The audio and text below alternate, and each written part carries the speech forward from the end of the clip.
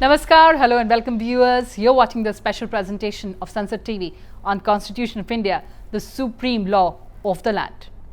The Constitution of India has unique features. It also illustrates our rich civilizational history, our culture and our values. In this edition, we'll take you through the illustrated history of Constitution of India. So come along with me on this exciting journey.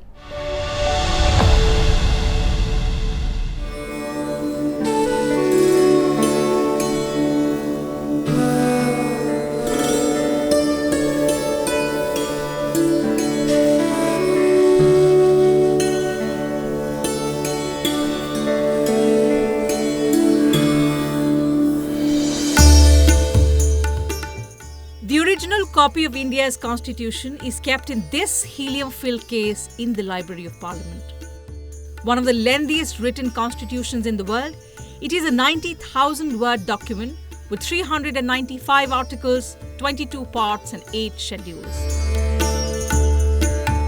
Neither typeset nor printed. It was handwritten in both English and Hindi. Guided by Acharya Nandalal Bose, artists of Santiniketan, handcrafted it over 5 years. Prem Behari Narain Raizada painstakingly did the calligraphy in Delhi. English version का calligrapher है वो प्रेम बिहारी नारायण रायज़ादा जी थे, वो दिल्ली के हैं और इनका illustrations जो है मोहनजोदारो से लेकर इंडिपेंडेंस तक, इंडियन इंडिपेंडेंस तक हमारा इतिहास का एक एक उदाहरण लेके उनका इलस्ट्रेशन किए गए थे, फिगर्स या पेंटिंग किए गए थे। ये सब आचार्य नंदलाल बोस जो शांतिनिकेतन के थे वो और उनके स्टूडेंट्स ने 4 साल के मेहनत के बाद उन्होंने हर एक पेज पे वो पेंटिंग किए थे। और हिंदी का लिखित है श्री बसंतराव वैद्य जी है, वो पुणे के थे। The Constitution is not only a document that protects our rights as citizens, it is also an elaborate piece of art that traces India's 5,000-year-old history with illustrations and artistic creations that combine diverse schools and traditions of India. These artworks show us the march of time. They mark the country's evolution from prehistoric times to the very ancient and the modern age. Each part of the Constitution begins with an illustration that depicts a phase or scene from India's national history. Rendered in the miniature style, the 22 illustrations represent vignettes from different periods of history of the Indian subcontinent. They range from Mohenjo-daro in the Indus Valley, going on to the Vedic period, the Gupta and Maurya empires and so on, to the national freedom movement. The intricate gold pattern on the front and back cover by Nandalal Bose itself borrows from the famous Ajanta murals.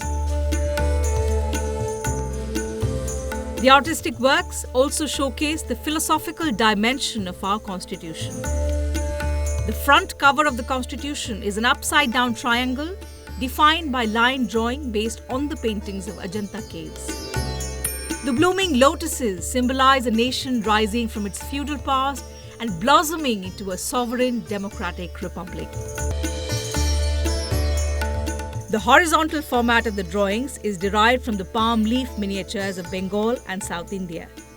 Other influences are from art at the Ajanta and Bagh caves, Chola and Oriya styles of sculpture, and even Deccani miniatures and poster art of the 19th and 20th centuries.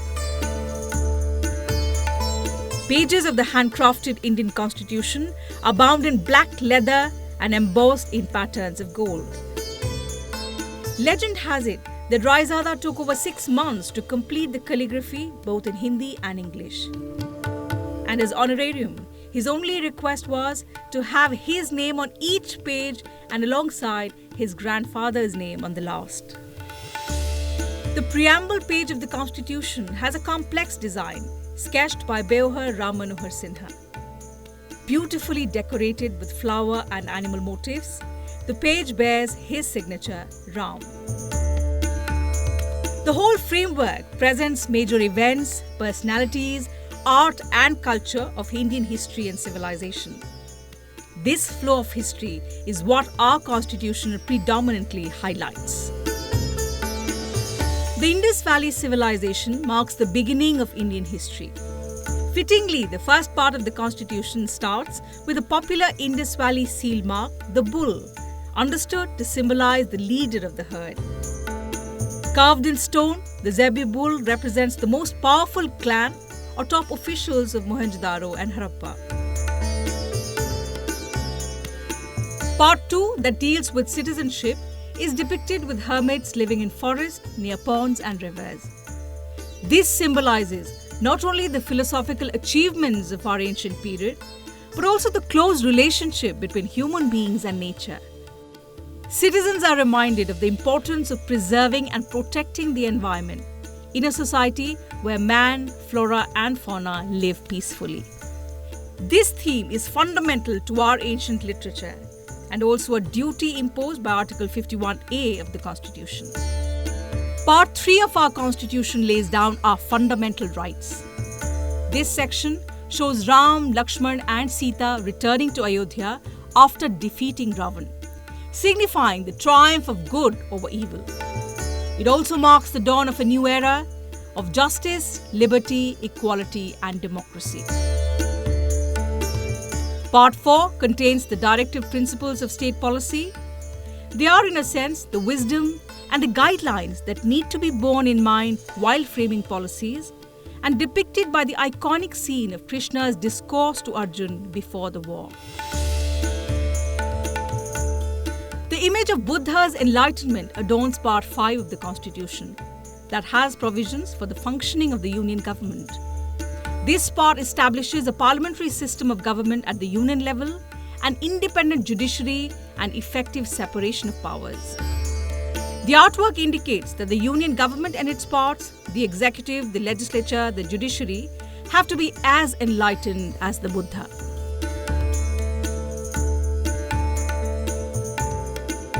Lord Mahavir graces Part 6 that deals with the states. It also signifies a period of huge change in society in the 8th century, with advanced spiritual and philosophical speculation and the principles of ahimsa.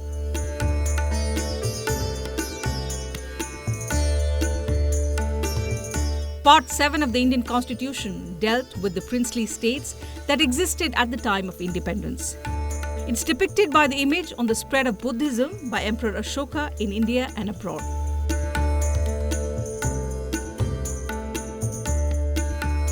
The Golden Age of India, the Gupta period, was a great time for art and literature. It was characterized by the paintings of Ajanta, the texts of Kalidas, the mathematical genius of Aryabhatta. Part 8 of the Constitution contains provisions for the administration of the Union territories. It has a composite image from the Gupta period that includes a flying yaksh. A scene from Vikramaditya's court and a coin issued by him are featured on the page that details Part 9 of the Constitution. This part provides for a 3-tier panchayat system that would be constituted in every state at the village level, intermediate level and district level. Part 10 of the Constitution consists of articles on the scheduled and tribal areas. The Global Center of Learning, the Nalanda University, depicts this section.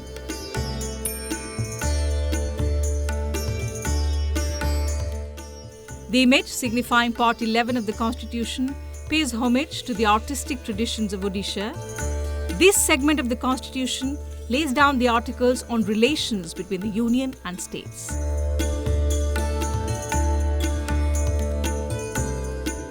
The transition from the ancient to the early medieval times was marked by great art in the South.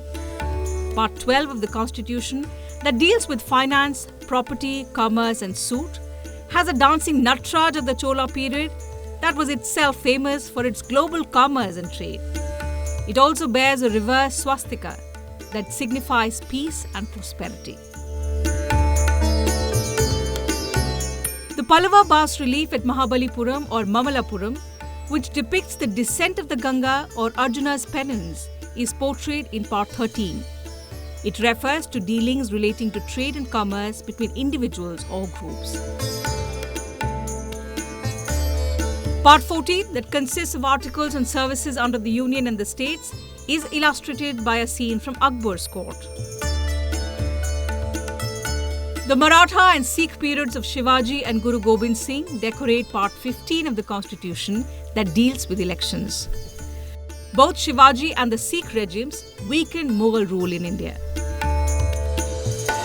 The freedom struggle against the colonial rulers is depicted by a series of heroes starting with Rani Lakshmibai and Tipu Sultan, adorning part 16 that relates to special provisions relating to certain castes and tribes.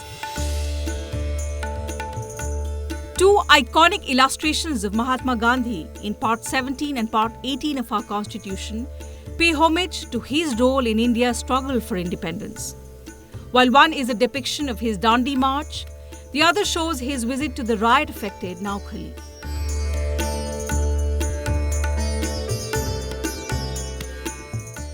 Subhash Chandra Bose and his Azad Hind Fauj appear in part 19. Netaji is featured against a mountainous backdrop saluting the tricolour.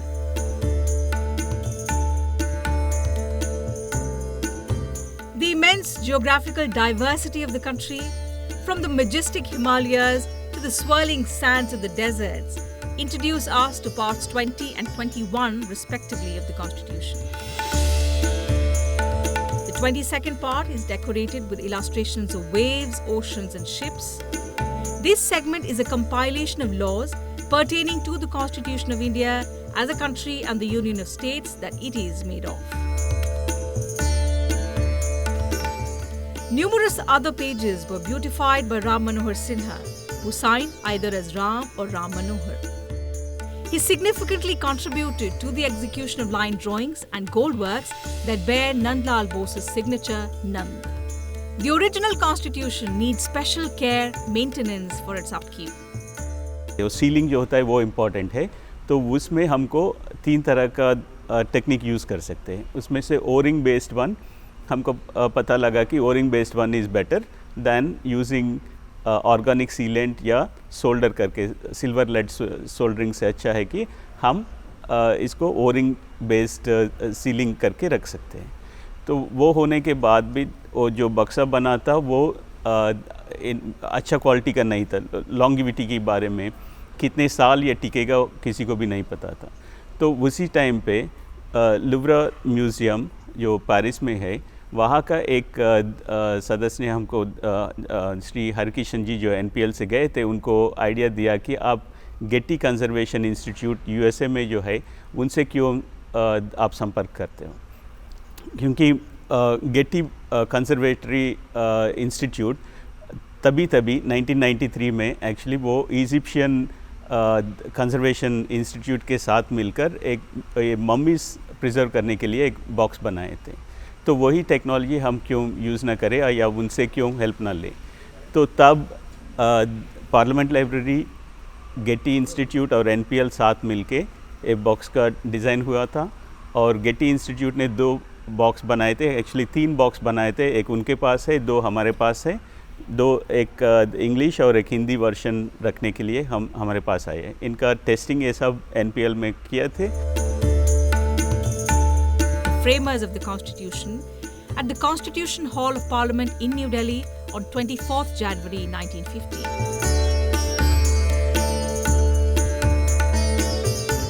On 26 November 1949, the Constituent Assembly of India adopted the Constitution after having debated every aspect of it for close to 3 years.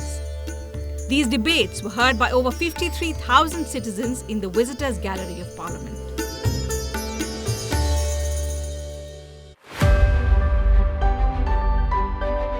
The Constituent Assembly had 15 women members that included Sarojini Naidu, Rajkumari Amrit Kaur, Hansaben Jivraj Mehta, Sucheta Kriplani and G. Durgabai.